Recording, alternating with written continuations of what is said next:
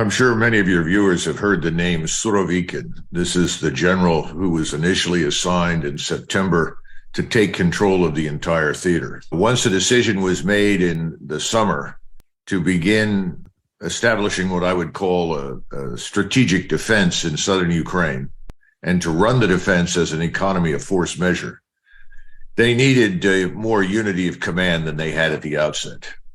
And remember, at the outset, the Russians really did not have a very large force, and the force they sent into Ukraine was quite small. It was designed to essentially signal seriousness to the West. That all failed miserably.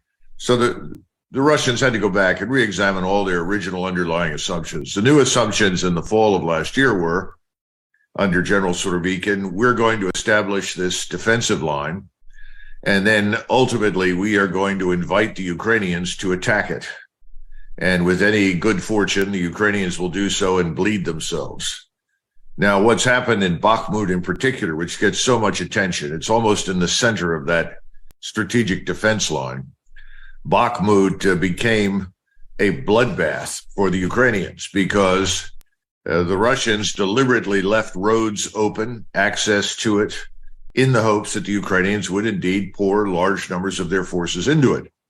Because Bakhmut was, from an operational standpoint, important, given its railroad nets, road nets, connectivity to the rest of eastern Ukraine. All of that has now come to an end. Surovikin was very successful, and I think when this war ends and we go back and look at it, Surovikin will end up being the individual that is remembered for his wisdom to defend southern Ukraine as opposed to make incremental gains over a long period of time, because there was great pressure inside the Russian general staff to make continuous gains to show that the Russians were winning. And Surovikin said, that makes no sense. Our first priority has to be to defend, invite the Ukrainians to attack, to kill as many of them as possible, and then secondly, to build up our reserves, to take in the 300,000+ reservists, train them, integrate them, assimilate them,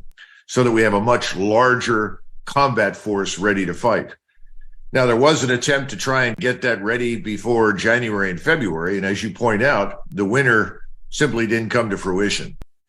We never had 2 weeks of solid freeze. In order to, as your viewers probably are aware, the black earth in eastern Ukraine is topsoil that goes down perhaps anywhere between 10 and 20 feet at virtually every location. And this topsoil is remarkable. As many Ukrainians and Russians have pointed out to me, you can stick a tire in this thing and it will grow something. It's just incredibly fertile. But unfortunately, the depth means that you have much more than a sea of mud. I would call it an ocean. And the ocean never froze. When it freezes, you can fight in the winter. If it doesn't freeze, which is what really happened to us this winter, there's not much you can do. Ukrainians, by the way, were also constrained in how much they could do.